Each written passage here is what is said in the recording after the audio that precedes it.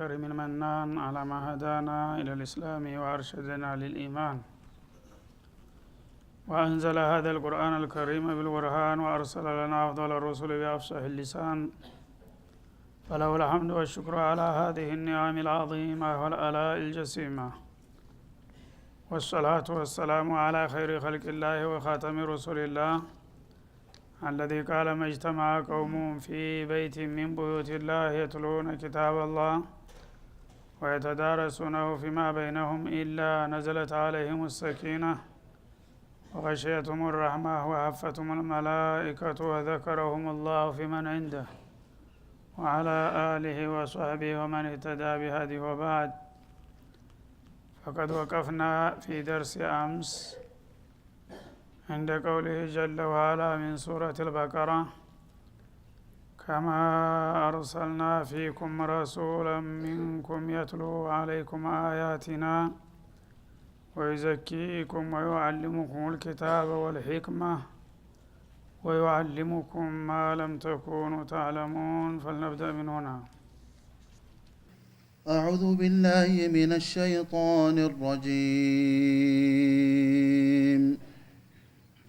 كما أرسلنا فيكم رسولا منكم يتلو عليكم آياتنا ويزكيكم ويعلمكم الكتاب والحكمة ويعلمكم ما لم تكونوا تعلمون فاذكروني أذكركم واشكروا لي ولا تكفرون.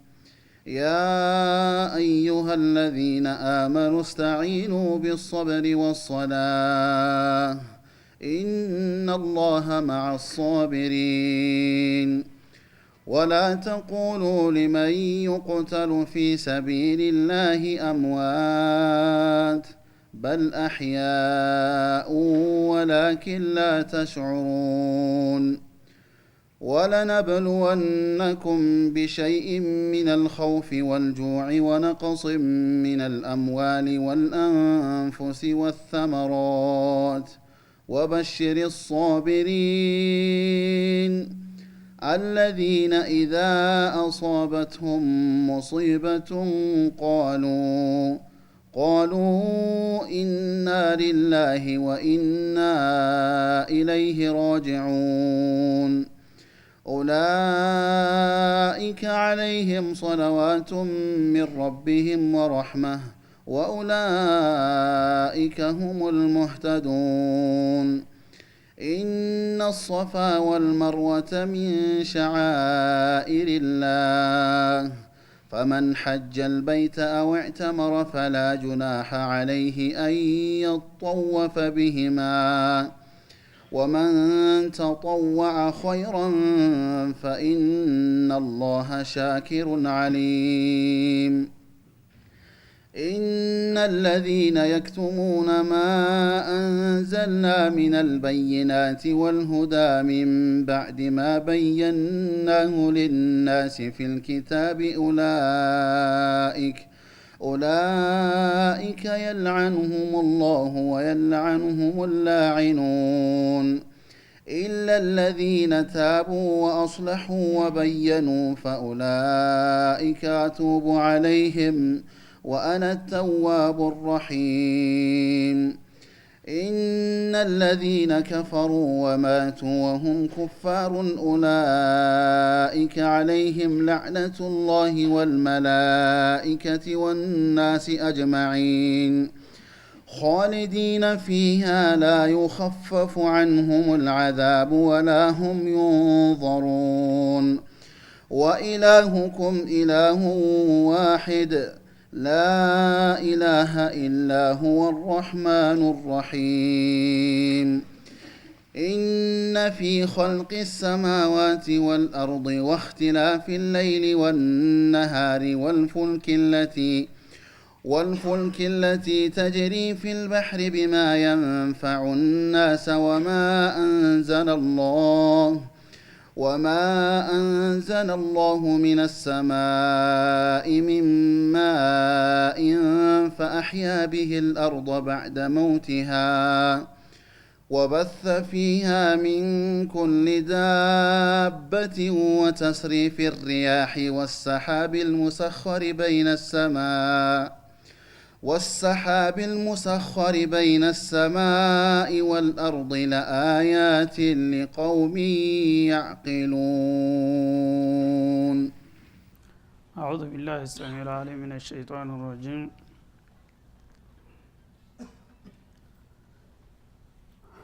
يقول الله سبحانه وتعالى: كما أرسلنا فيكم رسولا منكم. الله سبحانه وتعالى ስለ ቂብላ መዛወር በተመለከተ ተደጋጋሚ አያቶችን በመደርደር ላይ ያለ ወቅቱ አልቆ ነበረ። በመሃል የቆም ነው ህክማውን እየገለጸ ቂብላ ለምንድን ነው ከአንዴ ወደ ሁለት ጊዜ የተለያየ አቅጣጫ የያዘው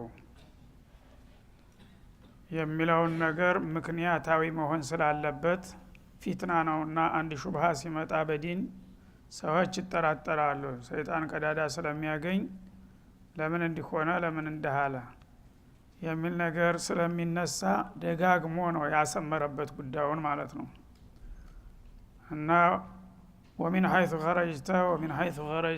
حيث خرجت ሶስት ጊዜ በተደጋጋሚ ለነብዩም በተናጠል ለኡመቶችም እንደዛው ደጋግሞ ነው ያአከደው።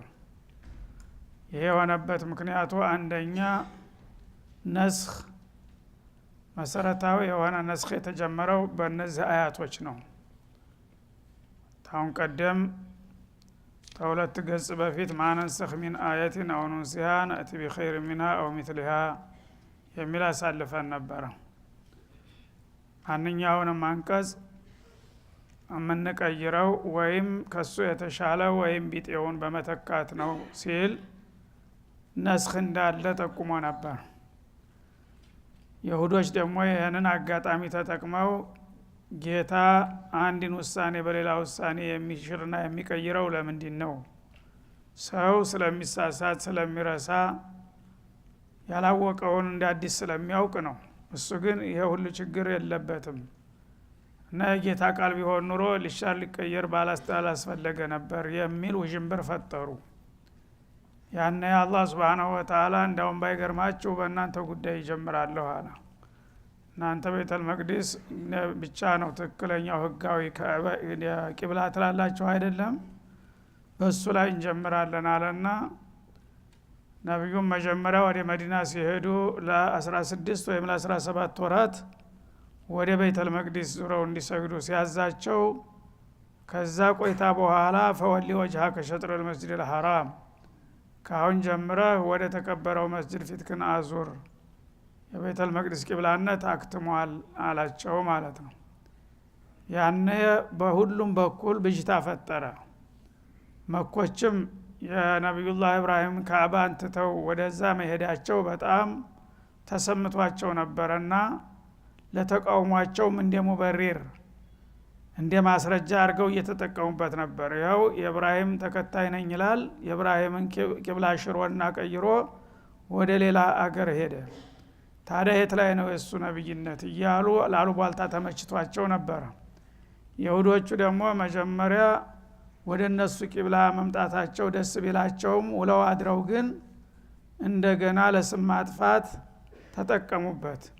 እነ ረጁለ ቀድ ተባ ቂብላ استقبل ቂብለተና ወሰተቢዑ ሚለተና ማለት ጀመሩ።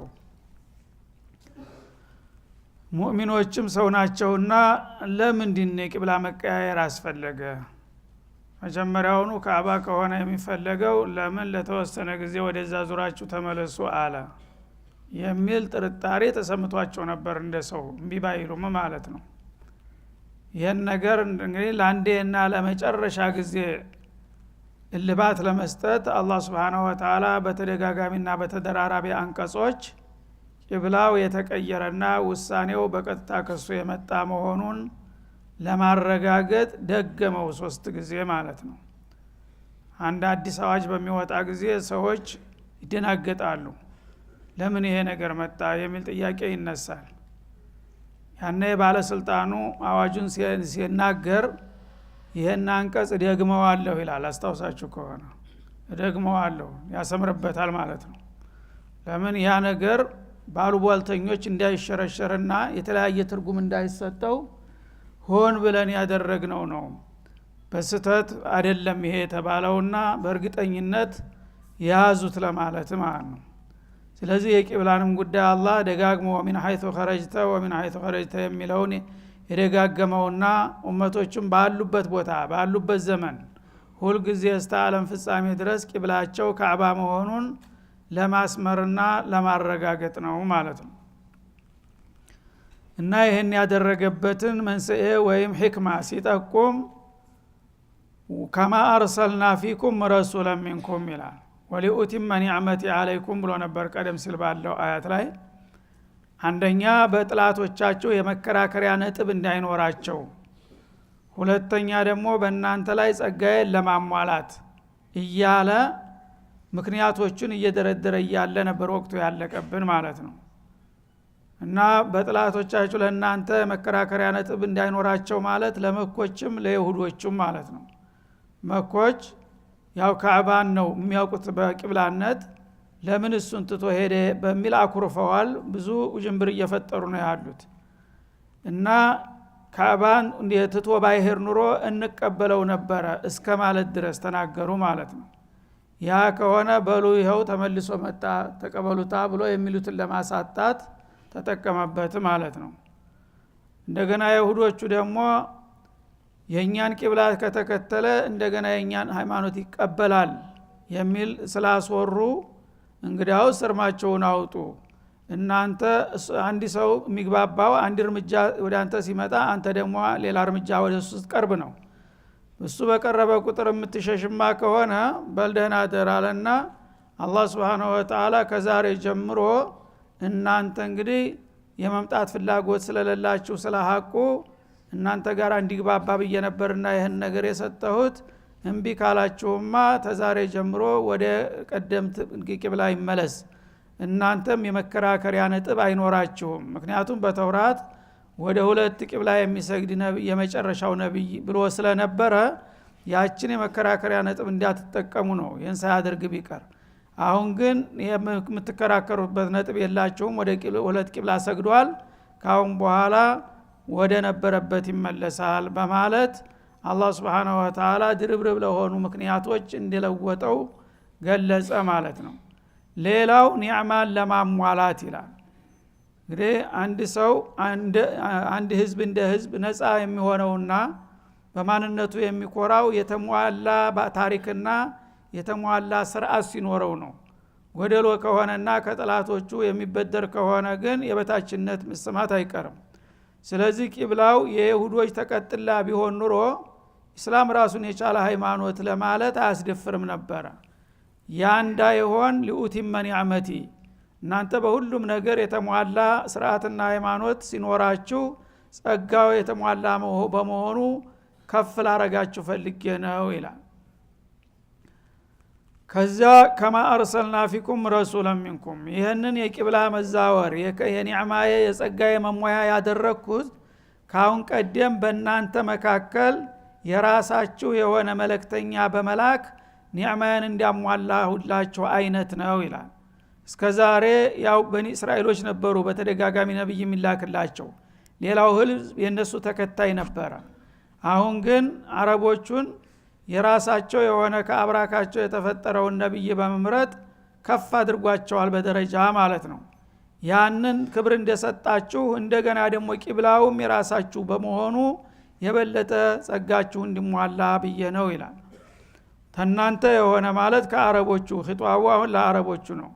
ከናንተ መካከል የሆነ ነብይ በመመረጡ እናንተ ክብር እንዲያገኛችሁ ሁሉና ጸጋዬ እንደተሟላላችሁ ቂብላዬንም ደግሞ የተለመደውን የራሳችሁ ቂብላ በማድረግ እንደገና ጸጋዬን ላሟላ ፈልጌ ነው ይሄን ውሳኔ የሰጠሁት ይላል ማለት ነው።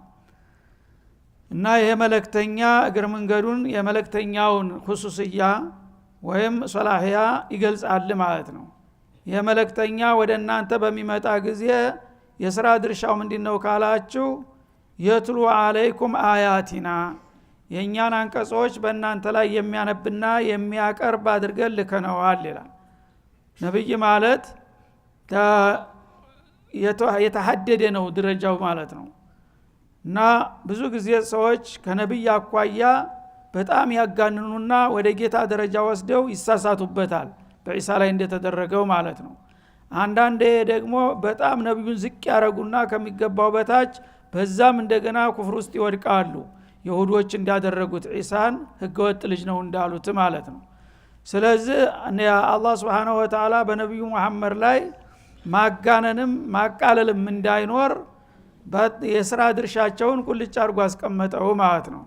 መልእክተኛ ማለት ከኔ ከጌታው የተሰጠውን መመሪያ ወደ ህዝቦች አውርዶ ማስተማርና ማስረዳት የጌታን ፍቃድ ማሳወቅ ነው ስራው። ከዛ በታችም ከዛ በላይም አይደለም ማለት ነው።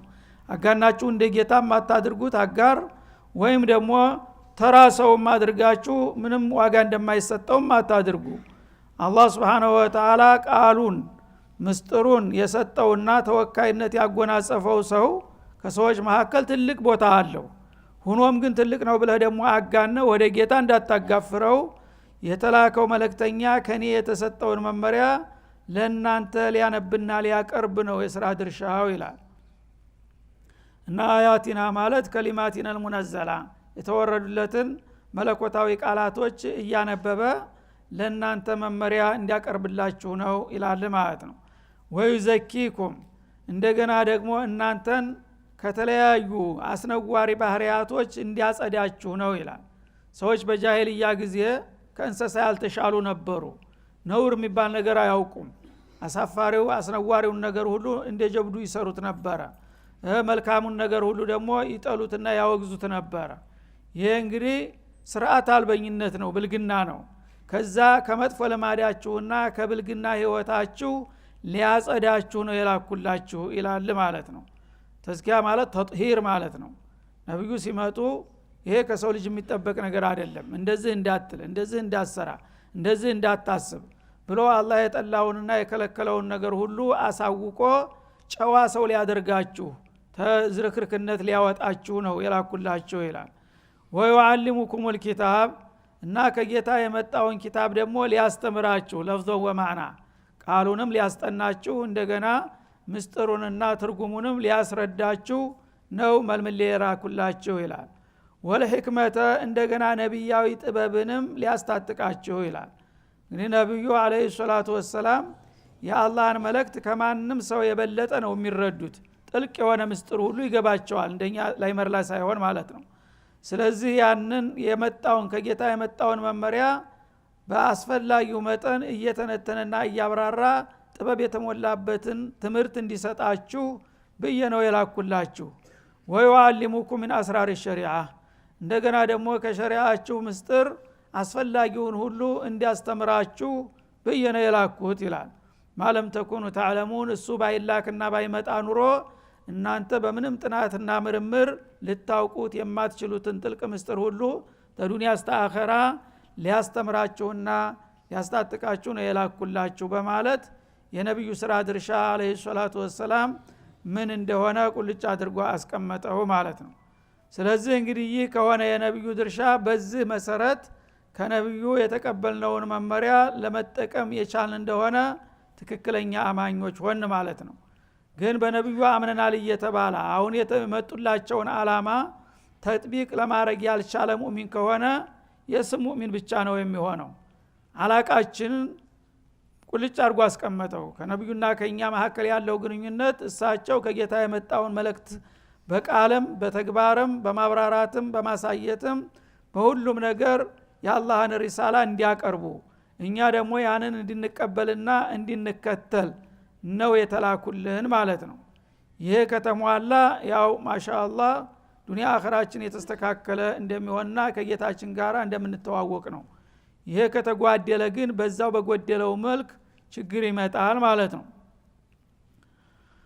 እና በዚህ መልክ እንግዲህ አላህ Subhanahu Wa Ta'ala ኒዕማውን እንደለገሰንና ከሌሎቹ ጥገኝነት እንዳወጣን እንደገና ደግሞ ሙሉ የሆነ ዝቀረሽ የማይባል መመሪያ እንደሰጠን ተገለጸ። በኋላ እነዚህ ሁሉ ውለታዎች እንደ ዋጋ የማይገዛቸው ናቸው። ስለዚህ ብዙ ጸጋን ስለቸረ ምን ይላል ፈዝኩሩኒ እኔ ጌታችሁ ከዛ ከወደቃችሁና ተዘቀጣችሁበት ህይወታችሁ እንድትወጡ ይሄን የመሰለ ድርብርብ ጸጋ ለግሻችኋለሁ አስታውሼ በረህራዬ እናንተም ታዲያ በአጠፋው እኔን አስታውሱኝ እኔ አልረሳኋችሁም አልተውኳችሁም እናንተም እንዳትረሱኝ አስታውሱኝ ይላል አላህ Subhanahu Wa Ta'ala። አዝኩርኩም ይሄን ካደረጋችሁ እኔ ደግሞ እናንተን በመልካም ወረታ አስታውሳችኋለሁ። የተሰጣችሁን ጸጋ ተቀብላችሁ በአግባቡ ተግባራዊ ካደረጋችሁና ጌታችሁን ካወደሳችሁ ጌታ ደግሞ በአጠፋው አማኝ ወዳጆቹ ናችሁና በመልካም ወረታና በጥሩ ሽልማት አስታውሳችኋለሁ ይላል።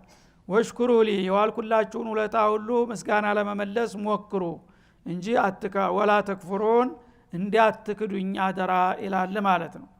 ይሄ ነው እንግዲህ ከኛ የሚፈለግብን ማለት ነው።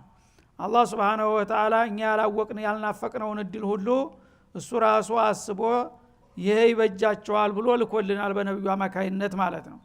ይሄን የሚያረግ እንግዲህ እናት አባትም ሊያረግልን አይችልም።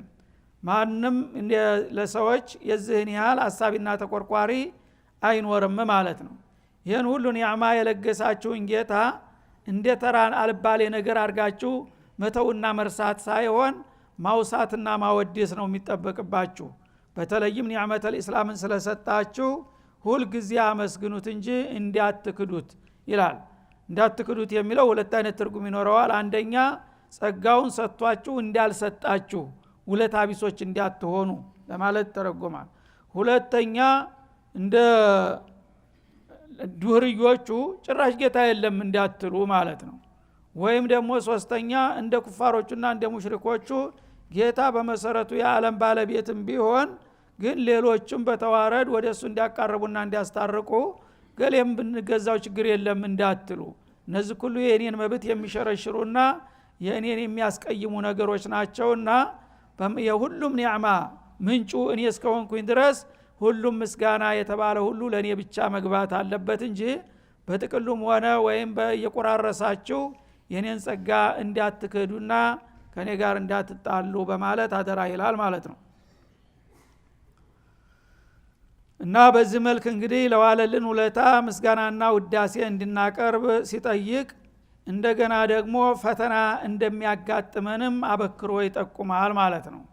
ሰዎች በመሰረቱ በዚህ ዱንያ ላይ እስካሉ ድረስ በመከራ መድረክ ላይ ናቸው እና የተለያዩ መስዋዕቦች ይፈራረቁባቸዋል። ያኔ ደግሞ ምን ማድረግ እንዳለባቸው ይናገራል። የሹክር መንትያ የሆነች ሌላ ባህሪ አለች፣ እሷንም እንዲያንረሳት።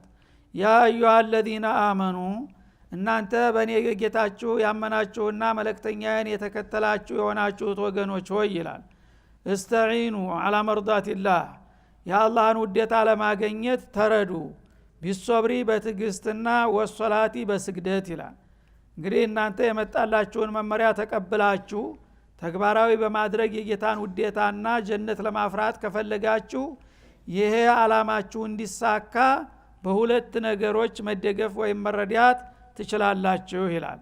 አንደኛ ሶብር ያስፈልጋል። ሶብር የሌለው ሰው አላህ Subhanahu Wa Ta'ala ተመኘው ቦታ እንደማያደርሰው ነው ማለት ነው። እና ፈተና ሲያጋጥምህ ወይም ደግሞ የጌታን ትእዛዝ ለማከናወንና ግዴታህን ለመወጣት ወይም የከለከለህን ለመከልከል አንተ በግል አቅም ብትፍጨረጨር ላትወጣው ትችላለህ። የቻልከውን እያደረክ ግን ጌታዬ አንተ የምትፈልገውን አንድ ወፍቀኝ በማለት ሶብር ማድረግ አለብህ፣ ታጋሽ መሆን አለብህ ማለት ነው። እንደገና ሶላት ማብዛትና ማስተካከልም ይጠበቅብሃል። ሶላት ባበዛ ቁጥር ወደ አላህ ትቀርባለህ። ወደ አላህ በቀረብክ ቁጥር የምትመኘውን ነገር ሁሉ ይሰማሃል፣ ያሳካልሃል። እና እነዚህ ሁለት ነገሮች ወደ ጌታ ለመቀረቢያ ዋነኛ መስመሮች ናቸው ማለት ነው። ሶብር አድርጉ፣ ሶብር የሌለው ሰው ኢማን የለውምና ይላል ማለት ነው። ሶላትም እንደዚሁ ሩሃል ዒባዳ ነው። ተዒባዳ ሁሉ ይበልጥ አላህ የሚወደውና ወደሱ ለማቃረብ ወሳኝነት ያለው ሶላት ነው፣ ፈርዶን ወነፍላ። እና ሶላታችሁን አስተካክላችሁና አዘውትራችሁ ስገዱ፣ ያኔ እኔ ቀርባችኋለሁ፣ ረዳችኋለሁ። ኢነላህ መዐሳቢሪን አላህ Subhanahu Wa Ta'ala ታጋሽ ከሆኑት ባሮቹ ጋር ነውና ይላል ማለት ነው።